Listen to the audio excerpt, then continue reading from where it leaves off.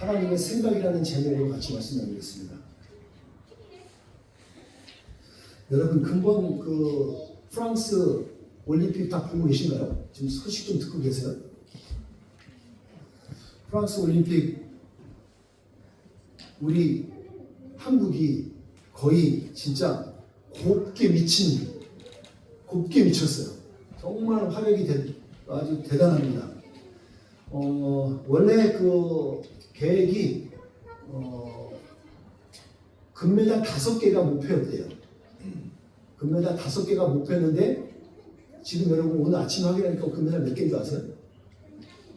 8개예요. 한국이 금메달 8개 땄어요. 그래갖고 일본보다 앞서갖고 지금 6위가 되었어요. 놀라워요. 와, 아주 곱게 미친 거거든요. 정말 멋있어. 잘하더라고요. 한국, 근데 지금 방산도 이렇게 왜 무기 잘 만들어서 하잖아요. 근데 재밌는 게 화살, 총, 다 여기서 잘해요. 다 거기서 금메달을 휩쓸어 버렸어요. 하여튼 뭐 조그만 나라에서 공격적으로 뭘 잘하나 봐요. 네, 아주 자랑스럽습니다. 우리 한국 잘한다고 박수 한번 해주죠. 얼마나 자랑스러워요. 우리 한국 진짜 자랑스럽습니다. 근데 반면에 곱게 미친 게 아니라 거칠게 미친 일이 하나 있습니다. 프랑스요. 프랑스 개최하고 있는 이 나라가 아주 거칠게 미쳤어요. 프랑스가 약간 좀 미친 것 같습니다. 이 올림픽이 원래는 되게 좋은 취지로 되게 좋은 기회잖아요. 경제적으로나 정치적으로 여러모로 이렇게 좋은 기회인데 좋은 기회를 갖지 못할 것 같아요. 개막식에 여러분들 우리 기독교적인 하나 예를 들면 이거예요. 최후의 만찬을 패러디해갖고 온갖 LGBT 얘네들이 가지 장식을 해놨어요.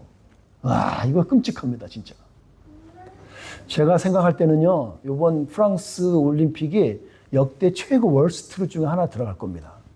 아마도 그럴 겁니다. 정말 월스트예요. 다만 거기서 우리 한국 사람들이 잘 이렇게 좋은 성적을 거둬갖고 제가 그나마 감사하지. 야, 제가 얼마 전 지난주입니다. 지난주에 제 선배 목사님 한 분과 이제 담화를 나눌 일이 있었어요. 그러면서 얘기하는데 약간 좀 불행한 이야기였습니다. 49세가 되어져서 죽었던 아버지에 대한 이야기예요. 왜 한국에 왜 9수라는 하잖아요. 9수에 안 좋은 수 막 그래서. 근데 이분이 진짜 49에 간암으로 돌아가신 아버지가 있어요. 그런데 불행하게도 그의 아들도 49세에 죽었어요. 그러니까 이 집안에. 근데 그 형이 큰형인데 돌아가시고 그 둘째가 자기 자신인데 자기 얘기를 한 거예요. 그 목사님의 이야기입니다. 목사님이 그 아들인데 자기도 그래서 9살에 49에 죽나 막 그럴 고민을 할 정도로 심각했다고 합니다. 왜 그랬냐면 아버지는 알코올 중독으로 그렇게 돌아가셨대요. 근데 그 아들, 자기 형이죠. 자신의 형도 어떤 일이 벌어졌냐면 하나뿐인 형이 있는데 박정희 대통령 당시예요.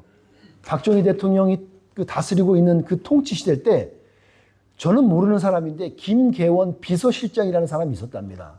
실세 중에 하나죠. 그 실세 중에 한 사람이 줄을 잘 타갖고 자기 형이 그 손을 타서 군인이었었는데 손을 잘 타서 돈을 벌 수 있는 이제 방법을 찾았다는 거예요. 그래서 어디죠? 박정희 대통령 관계에 의해서 나중에 제대를 하면 돈을 벌 수 있는 길을 찾았는데 그게 어떤 거였냐면 재밌게도 그 당시에는 새로운 거였어요. 그 건물들이 빌딩들이 많이 쓰잖아요. 그럼 빌딩들을 막 청소할 수 있는 그 기업체의 그 오더를 따는 건데 뭐 선을 잘 탔으니까 아무 문제가 없었어요. 그래서 전 세상을 다 투자해갖고 다 준비해 놨던 거예요. 이제 서류적인 절차만 남았어요. 그래서 최종적인 관계자들 다 사인 받아놓고 마지막 사인 하나만 딱 남은 거예요. 뭘까요? 박정희 대통령의 사인만 딱 받으면 되는 거였어요. 그랬는데 무슨 일이 터졌어요? 큰 일 김재규죠. 김재규 그 사람이 박정희 대통령 암살을 해버렸던 일. 그러고 나서 그 사인을 못 받아버려서 그 비즈니스가, 계획서가 다 그리 무너진 거예요.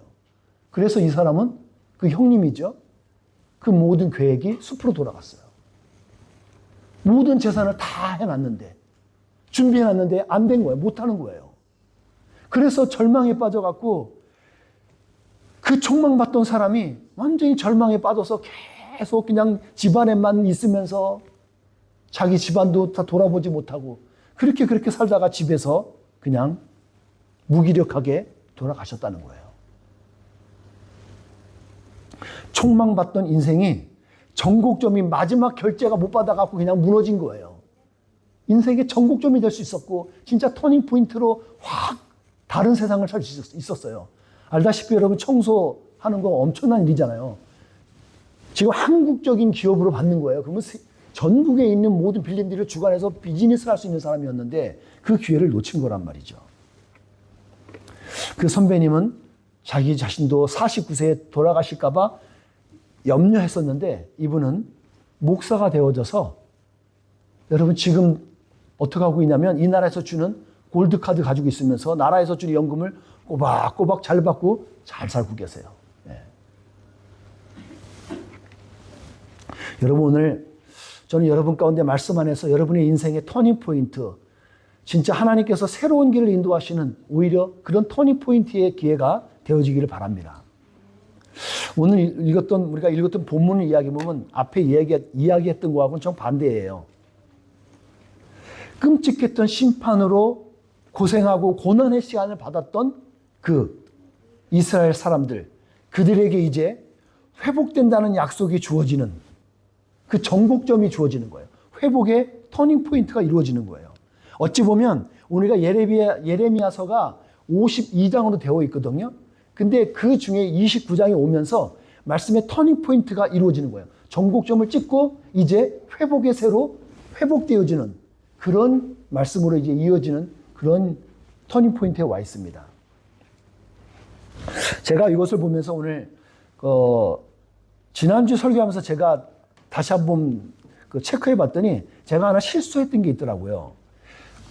말씀 보면 남유다에 보게 되면 16, 18, 20대에 왕이 있었어요. 근데 제가 지난주에 얘기할 때 19회에 있었던 여호와긴 왕과 제가 시드기야 왕을 같이 믹스해 버려갖고 제가 잘못 말을 했었습니다. 정정할 말씀드릴게요. 다른 인물입니다. 여호와긴은 3개월만 왕을 했던 사람이고 시드기야 왕이 다시 왕이 된 사람이에요. 요거 좀 정리하게 되면 어떤 거냐면 요시야 왕 때 아내와 아들들이 있는데 이렇게 배가 달라요. 배가 다른 왕이 그때 섰었습니다. 그러니까 시드기야 왕을 얘기했었는데 이 사람이 지금 여기에 봤을 때 여호와김과 같은 형제 사이인 거예요. 정리해 보면요, 요시야가 왕을 여호아하스 이쪽에다가 17대 왕에게 물려줘요. 근데 3개월만 다스리고 왕권을 여기로 넘어가는 거예요. 자기가 배인데 배가 다른 자기 형이죠. 자기 형인지 동생인지 그거는 확인해 봐야 될 거예요. 아마 동생일 겁니다. 여기 왔다가 일로 간 거예요. 그래서 그 아들에게 11년 동안 하다가 19대에 자기 아들에게 물려줬는데 3개월만 통치하다가 이 통치가 어디로 넘어가는 거예요? 시드기야에게 넘어가는 거예요. 그리고 시드기야가 11년을 통치하게 되는 거예요. 이걸 여러분이 좀 정리해 주시면 좋겠어요. 그러니까 여호와김의 동생이면서 여호와긴의 숙부, 그러니까 삼촌이죠. 시드기야가 그런 사람인 거예요. 자, 근데 이거에 대해서 예레미야가 이 왕에 대해서 보는 관점은 이렇게 정리할 수 있어요. 명확하게 되죠. 예레미야가 볼 땐 비판적으로 지지해요. 그리고 두 번째 여호와김은 끊임없는 경고를 해주고 있고 시드기야는 씨알도 안 먹혀요. 말도 안 먹혀요. 아무 예언대로 안 따라요. 그 시드기야예요. 예레미야는 이 5명의 왕을 다 봤던 사람이에요. 다 왕을 겪었어요. 그래서 1부터 3차까지 모든 그 포로들이 끌려가는 것들을 다 봤어요. 참고로 여러분이 지금 방금 전에 봤던 29장 2절에 보면 여호와긴과 그 많은 사람들이 포로로 끌려가는 것들도 현장에 나와요. 그게 3차예요. 마지막 3차 포로로 끌려가는 겁니다. 그러니까 수십만 명이 포로로 끌려갔어요. 그 많은 사람이 끌려가갖고 이미 바벨론에서 살고 있는 거예요. 그렇게 살고 있고 그게 벌써 횟수로 따지니까 20년이 지났습니다. 20년이나 지난 세월 동안 포로 생활하고 있는 그 사람들에게 오늘 예레미야가 지금 그 편에 가고 있는 아까 2명이 나오는 사람인 거죠. 그 사람들 편에 바벨론으로 가고 있는 사람에게 편지를 보내고 있는 거예요. 그 편지 내용이 그렇습니다. 편지 내용을 우리가 보는 거예요. 편지 내용이 뭘까요? 편지 내용이 한마디로 이야기한 거예요. 야, 내가 생각이 있어. 내가 다 생각이 지금 하고 있는 거야. 하나님이 생각이 있다고 말씀하시는 거예요. 어떤 생각이냐가 중요해요. 오늘 여러분 말씀 나누고자 하는 게 어떤 생각을 가지고 있는지, 하나님의 생각이 뭔지를 여러분들을 잘 한번 따라와 보십시오. 나와 있진 않지만 이 말씀으로 대신할 수 있습니다. 하나님의 계획이 있어요. 하나님의 생각에는 하나님의 플랜이 있다고요. 말씀 한번 같이 읽어볼게요. 시작. 너희를 위해 세운 나의 내가 너희에게 재앙이 아닌 희망이 넘치는 미래를 주려 한다. 예. 계획을 가지고 행하신다는 거예요. 하나님의 생각에는 하나님의 계획이 분명히 있어요. 포로 생활이 20년 된 이스라엘 백성에게 아주 큰 뉴스, 빅 뉴스지요. 야, 내 생각, 내 계획대로 하고 있는 거야, 너희들. 어떻게 보면 artistic work, 그러니까 이게 예술적인 뭔가 지금 계획을 갖고 있는 거예요. 정말 여러분들 영화나 그 드라마 볼 때 아구가 딱딱 맞아갖고 막 영어 뭐지? 이름을 갑자기 까먹었네. 인터스텔라? 인터스텔라인가요? 그 영화 하나 기가 막히게 된 거 있잖아요. 그 시간이 맞대서 나중에 그 왜 시간에 그렇게 막 데워졌던 거 막 이게 소름 돋을 정도로 막 연출이 기가 막히게 드라마하고 시나리오가 딱 맞아갖고 딱 맞아질 때 막 소름 돋잖아요. 어떻게 저렇게 만들 수 있지? 그것처럼 하나님의 계획이 오늘 아주 소름 돋을 정도로 딱딱딱 맞아가는 거예요. 예술적인 계획을 가지고 하나님께서 보이시는 거예요. 마치 우리 각자가 너무도 바라고 원했던 일들이 정확한 타이밍에 아주 이그젝트리 그 공간에 딱딱딱 이루어질 때, 이야, 놀라워요. 지금 이번 올림픽에서 화살 쏘는 거 보세요. 이야, 어떻게 10포인트를 10 딱 다 넣어요. 이야, 끔찍해요. 진짜 놀라운 거예요. 우리가 보니까 이거예요. 마치 기원전 606년에 1차 포로로 여러분 다니엘 많이 보시잖아요. 다니엘이 1차 포로 때 끌려갔던 귀족 출신이에요. 그 사람이 끌려갔는데 여러분 이게 정확하게 70년이 딱 차고 나서 536년에 1차 포로가 포로 귀환이 돼요. 그때 스룹바벨이라는 사람이 포로 귀환이 되는 거예요. 왕족이죠. 놀랍죠. 아주 소름 돋을 정도로 딱 맞았어요. 그러면서 회복이 시작되는 거예요. 진짜 크레이지한 플랜이야 이건요. 미친 설계처럼 딱딱 맞았어요. 정확하게 성취되었습니다. 여러분 이게 어디서 알 수 있냐면 이스라엘 역사뿐만 아니라 페르시아에서도 역사책에서도 다 동일하게 일치되는 거예요. 딱딱딱 맞아요. 여러분 나중에 찾아보세요. 그리고 참고적으로 약 10여 년 후에 2차 포로로 에스겔이라는 사람이 포로로 잡혀가죠. 에스겔이 그때 잡혀간 거예요. 또 하나 3차가 오늘 우리가 읽었던 여호와긴이라는 왕이 그때 끌려가는 거예요. 그 어머니와 많은 사람들을 데리고서 그때 같이 끌려가는 거예요.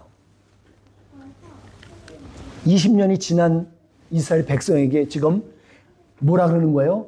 앞으로 너희들 50년 남았어. 50년 동안 너희들이 포로 생활 할 거야 라고 얘기하는 거예요. 근데 그 포로 생활을 어떻게 하는 거예요? 그 땅에 가서 생육해서 번성해서 땅에 충만하라는 거예요. 생번충. 거기서 잘 살아. 50년 동안 잘 살아. 거기서 너 자식을 낳고 네 자식이 또 자식을 낳고 잘 살아. 거기서 농사 짓고 그래서 그 땅 가서 살아라는 거예요. 근데 여러분 이렇게 살아나는 게 하나님의 계획대로 하는 거라는 거예요. 이게 하나님의 생각이 거기 있어요. 여러분 그 약속에는 하나님께서 그 계획에는 하나님의 약속하심이 있어요. 약속하심이. 29장 10절에 보게 되면 하나님께서 뭐라 그러냐면 70년간 안전하게 있으면 그 후에 예루살렘으로 다시 데려오겠다는 거예요. 이게 하나님의 약속이에요. 여러분 우리가 믿는 믿음의 근본이 어디서 오는 거냐면 여기서 오는 겁니다. 우리가 확신할 수 있는 게 여기예요. 자신의 여건과 상황과 환경으로 보면 안 돼요. 이스라엘 백성이 지금 뭐라 그랬어요? 몇 년간 지금 갇혀있다 해서 거기 포로로 있어요? 이미 20년을 살고 있는 사람이란 말이에요. 그런 사람들에게 무슨 약속이에요? 그리고 50년을 더 살 거란 말이에요. 그런 사람에게 무슨 약속이 이 사람들에게 현실적으로 그게 다가오겠냐고요. 이건 마치 이런 겁니다. 아브라함과 그 사라가 나이가 지금 75세, 65세 정도 된 사라가 65세예요. 그러니까 경수가 다 끊어졌단 말이에요. 쉽게 말해서 난자가 나오지 않을 것 같은 사람인데 어떻게 그곳 가운데 자식이 나올 수 있다는 말이에요. 불가능한 이야기잖아요. 자기 현실을 봐도 불가능한 이야기인데 그때 하나님의 선사가 뭐라 그래요? 하나님이 하시겠다는 거예요. 여러분 우주 만물을 창조하시고 이 모든 것을 나의 호흡, 나의 장기, 나의 모든 것을 만드신 하나님이 하시겠다는데 그러니까 아브라함이 그것을 뭐라 그래요? 우리는 할 수 없지만 하나님의 약속이면 그 약속을 내가 믿습니다. 이게 믿음이에요, 여러분. 우리가 믿는다는 게 이런 걸 믿는 거예요. 나는 안 되죠. 하지만 하나님이 하신다고 그랬어요? 내가 그 하나님의 말씀을 아멘 하고 받겠습니다. 그게 믿음이에요. 그 믿음을 보시고 하나님께서 의로 여기셔갖고 아브라함을 의인이라고 불렀던 거잖아요. 오늘 여러분과 제가 구원받는 방법도 그렇습니다. 하나님의 말씀의 약속을 예수님을 믿으면 구원받습니다. 그러면 나는 내 꼬라지는 아닌 것 같아도 내 환경은 내 생각은 아닌 것 같은데 하나님의 말씀이 그렇다면 내가 그 말씀 받고 믿을게요. 그럼 구원이 임하는 거예요. 이게 순수 복음이에요. 이게 하나님의 철저한 복음인 거예요. 베드로 보십시오. 베드로가 예배드리고 나서 성전 밖에 나오는데 안전뱅이가 앉아 있었잖아요. 안전뱅이 앉아 있을 때 어떻게 일으켰어요? 됐다 그래서 일으켰나요? 베드로가 그래요. 내가 은과 금은 없어. 내가 가진 게 없어. 너를 도와줄 수 있는 게 없어. 하지만 내가 가진 게 있는데 예수님의 이름으로 일어나 걸으라 그래요. 여러분 이때 일어나 걸을 때 누구의 이름으로 일어난 거죠? 예수님의 이름이 있기 때문에 그런 거예요. 예수님이 하신 겁니다. 제가 여러분에게 이따금씩 이렇게 축복하는 말들 멘트를 나누잖아요. 여러분 저에게 힘이 없어요. 아셔요? 저에게는 힘이 없습니다. 그런데 제가 믿고 우리가 믿는 그 예수님이 예수님의 이름으로 하면 되는 거예요. 그분 예수님께서 축복하시는 거라고요. 내가 가진 것이 아닙니다. 나의 제한적인 힘으로 하는 것이 아니라 말씀에 근거해서 우리가 축복을 누리는 거라는 거예요. 하나님의 유일하신 약점이 하나 있는 거 여러분 아세요? 하나님은 완전하신 하나님이잖아요. 근데 하나님이 위크 포인트가 하나 있는 거 아세요? 하나님이 딱 한 가지가 있으세요. 친히 약속하신 건 반드시 지키신다는 거예요. 하나님이 약속하신 건 반드시 지켜요. 이걸 우리가 신학적인 용어로 신실하신 하나님이라 그러는 건데 제가 약간 말을 좀 다뤄서 이게 하나님의 위크 포인트 같은 거예요. 하나님 이거 약속하신 건 반드시 행하세요. 약속하신 건 행하신다고요. 근데 하나님의 생각 안에 하나님의 약속이 있다 그러잖아요. 그 하나님께서 오늘 성경 말씀을 통해서 우리에게 말씀하시는 거예요. 뭐라고요? 지금 현재 되어지는 모든 것들이 하나님의 생각 안에서 계획대로 되고 있다는 거예요. 계획대로 되고 있다는 거. 여러분, 그게 우리들의 현재의 삶 또한 그런 줄 믿습니다. 여러분과 저의 삶 동안도 마찬가지예요. 이 모든 것 가운데 하나님의 생각과 하나님의 계획하심이 있다는 거예요. 딱 보기에는 재앙처럼 보여요. 재앙의 옷을 입고 있는 것 같아요. 단순히 재앙이 아니라는 거예요. 거기에 희망이 넘치는 미래를 위한 과정이 있다는 거예요. 여러분, 저는 예레미야 29장 11절 말씀은 지금 제가 목회하고 있는 이 선한 이웃 교회에 첫 번째 위기가 왔을 때 저를 넘어서고 이기게 할 수 있었던 말씀이에요. 전 이 말씀을 잊을 수가 없어요. 제가 한번 간증 드렸었죠. 이 말씀을 제가 마지막 목회 좀 정리하려고 저 페리 선착장에 가서 페리 타고서 저 시티 쪽으로 나가고 있는 그 중간에 제가 받은 말씀이에요. 어떻게요? 지나가는 여자한테 그냥 받은 말씀이에요. 키위가 나한테 와서 없어 저한테 말하는 말씀이 이 성경 말씀을 저에게 줬다고요.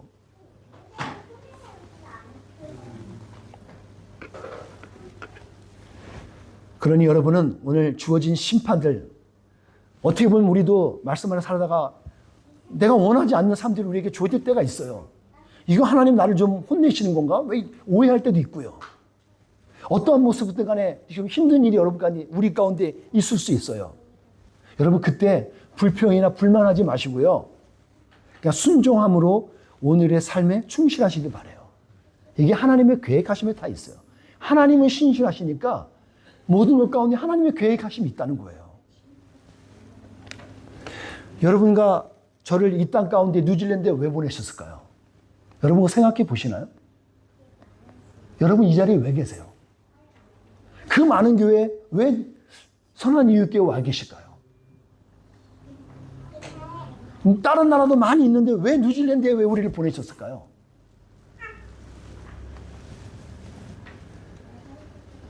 이 땅 가운데 보내신 것도 하나님의 계획하심이 있는 거예요. 하나님의 뜻이 있다고요. 근데 여러분, 이런 시대를 살아가고 있는데 여지없이 등장하는 것은 거짓 예언자들이나 점쟁이들이나 이 속이는 자들은 항상 있어요. 여러분이 신앙생활하고 살아가다 보면 어려움 만날 때 오히려 우리를 현혹해서 유혹해서 저 이단으로 끌고 가고 미혹되게 해서 딴소리 하는 사람도 등장한단 말이에요. 여러분 정확하게 제가 이그젬플 하나 말씀드려볼까요? 진짜 역사 가운데서 오늘 시디기야 왕 아까 보셨잖아요. 시디기야 왕이 대표적인 사람이었어요. 시디기야 왕이 지금 다시 돌아가서 보면 뭐예요? 자기가 형제 사이에 있던 사람이 있는데 저기가 아들한테 왕권을 물려준 거잖아요. 그리고 그 아들이 왕권을 이루면서 자기한테 다시 돌아온 왕권이잖아요. 누구의 말을 듣고 싶겠어요, 지금? 생각해 보면. 자기에게 찾아온 왕의 권리, 이건 완전 절호의 찬스잖아요. 근데 예레미야가 말하는 예언을 듣고 싶겠어요? 아니면 거짓 예언자들이 아니야, 우리 회복되고 우리 잘할 수 있고 우리나라는 왕권이 계속 유지될 거야. 누구 말이 듣고 싶겠어요? 시드기야는 예레미야 말을 안 듣고 거짓 예언자 말을 들었어요. 그래서 그 말을 계속 듣다가 11년 통치를 했는데 9년째 되는 해에 전쟁이 진짜 터진 거예요. 당연히 가만히 안 냅두죠, 바벨론이. 그래서 3년 동안 하면서 전쟁과 굶주림과 전염병이 창궐했어요. 그리고 시드기야는 아주 그냥 비참하게 눈 빼서 죽었어요. 비참하게 죽었습니다. 불순종해갖고 말씀대로 안 따라가갖고 아주 처참하게 당했다는 거예요. 여러분들 하나님의 말씀을 어긋나서 살아가잖아요. 그러면 우리가 그만한 엄청나게 대가를 치르게 돼요. 말씀대로 사는 게 힘든 것 같고 돌아가는 것 같고 어려운 것 같아도 말씀대로 사는 게 전 코스예요. 우리는 하나님의 계획하심 아래 약속받은 하나님의 자녀인 줄 믿습니다. 우리는 하나님의 약속받은 자녀예요. 그런 우리들에게 필요한 게 뭔데요? 이 말씀을 보셔야 돼요. 우리에게 뭐가 필요하죠? 그러면 하나님의 약속대로 됐어요. 그럼 우리 할 게 없잖아요. 그냥 다 하나님이 다 될 거니까 가만히 그냥 있으면 될 거 아니에요. 근데 그렇지 않습니다. 12절 말씀을 한번 읽어보겠습니다. 시작. 너희가 내 이름으로 부르고 내게 와서 기도하면 내가 너희의 기도를 들어주겠다. 여러분이 질문해 보셔야 돼요. 약속이 있음에도 굳이 왜 기도를 해야 되죠? 약속 받았으면 기도할 필요 없잖아요. 근데 왜 기도하라 그러죠?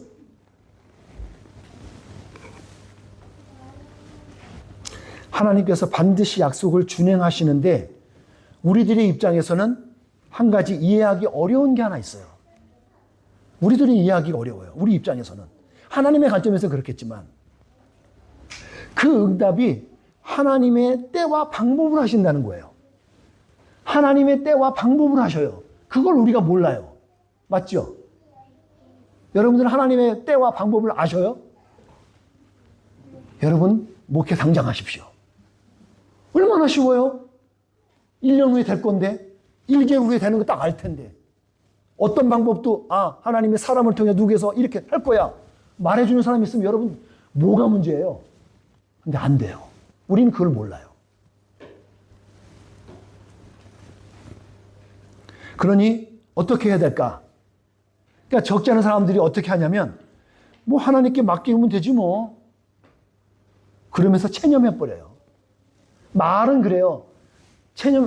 말은 그냥 하나님께 맡기죠 뭐. 하나님이 알아서 하시겠지요. 이렇게 살짝 얘기해요. 맞는 말이죠. 근데 여러분 그거는 30%가 부족한 믿음이에요. 100% 믿음이 아니에요, 그건. 일종의 체념이에요.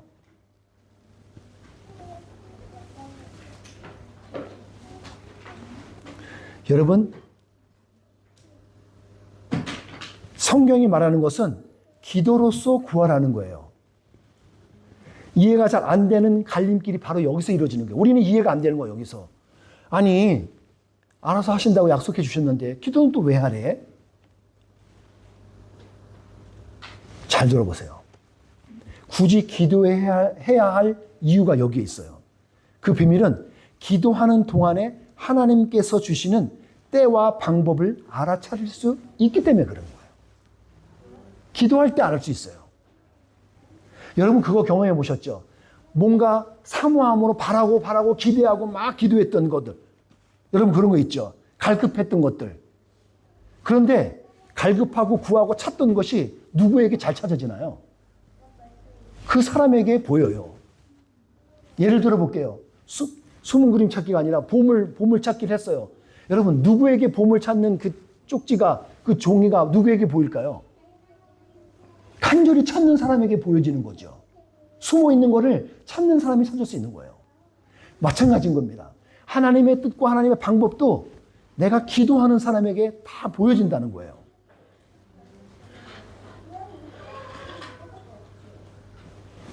여러분들이 미래에 대한 궁금해. 저도 미래에 대해서 궁금할 때가 많습니다. 그리고 미래에 대해서 뭔가 결정을 해야 되고 뭔가 선택을 해야 될 우리들에게 상황들이 막 주어지게 돼요. 어떤 사람은 새로운 교회를 찾아야 될 경우도 있고, 아니면 새로운 일자리를 찾아야 될 경우도 있고, 아니면 배우자 문제, 아니면 직업을 결정해야 되는 뭐 여러 가지 일들을 우리가 결정할 때가 있어요. 여러분 그때 하나님의 뜻이 뭔지를, 하나님의 뜻이 어떻게 알아요, 우리가? 여러분 이때 기도하시는 거예요. 기도하는 사람에게 그것이 보여지고 들려져요.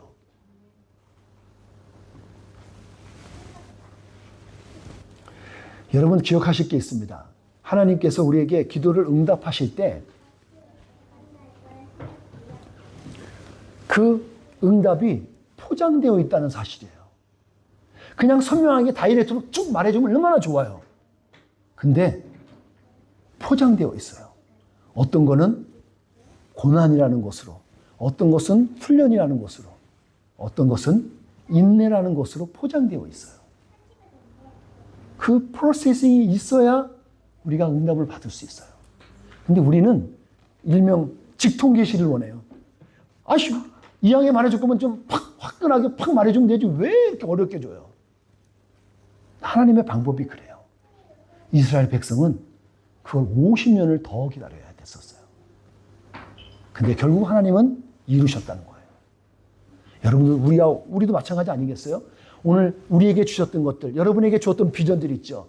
여러분에게 언젠가 주어졌던 하나님의 약속들 있죠. 야, 내가 너 이렇게 해줄 거야. 너 부자 되게 만들어줄 거고, 너를 결혼하게 해줄게. 여러 가지 약속들.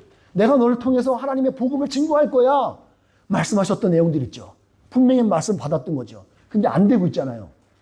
그건 아직 때가 안 된 거잖아요. 그때는 인내함으로 기다리는 거예요. 여러분, 약속을 가진 하나님의 사람은 그래서 기다릴 줄 아는 거예요. 그러니까 소망의 인내가 발달이 돼요.